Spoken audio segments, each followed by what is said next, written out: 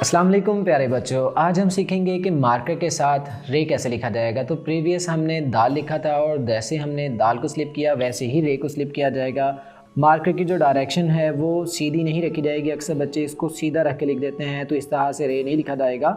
आप लोगों की रे के लिए आप लोगों को तिरछी लाइन लगानी है और इस तरह से स्लिप कर देना है। मार्कर ये स्लिप होगा कुछ इस तरीके से, ये तिरछी लाइन लगाई जाएगी और यूँ स्लिप, ये तिरछा यूँ स्लिप, ऐसे ये स्लिप करते जाना है। नीचे से ये शेप खुद ही बन जाती है और अगर ना बने तो ये सूरत में बारीक बनेगा, तो इस सूरत में भी ठीक है, इस सूरत में भी ठीक है। वैसे तो कुछ शेप जो बनती है कैलीग्राफी में वो कुछ इस तरह की बनती है, तो ये भी ठीक है। और इसी तरह की राइटिंग सीखने के लिए हमारा चैनल लाजमी विजिट कीजिएगा और चैनल को लाजमी सब्सक्राइब कीजिएगा। खाली सब्सक्राइब नहीं करना, अपने वीडियो को लाइक और शेयर भी करना है।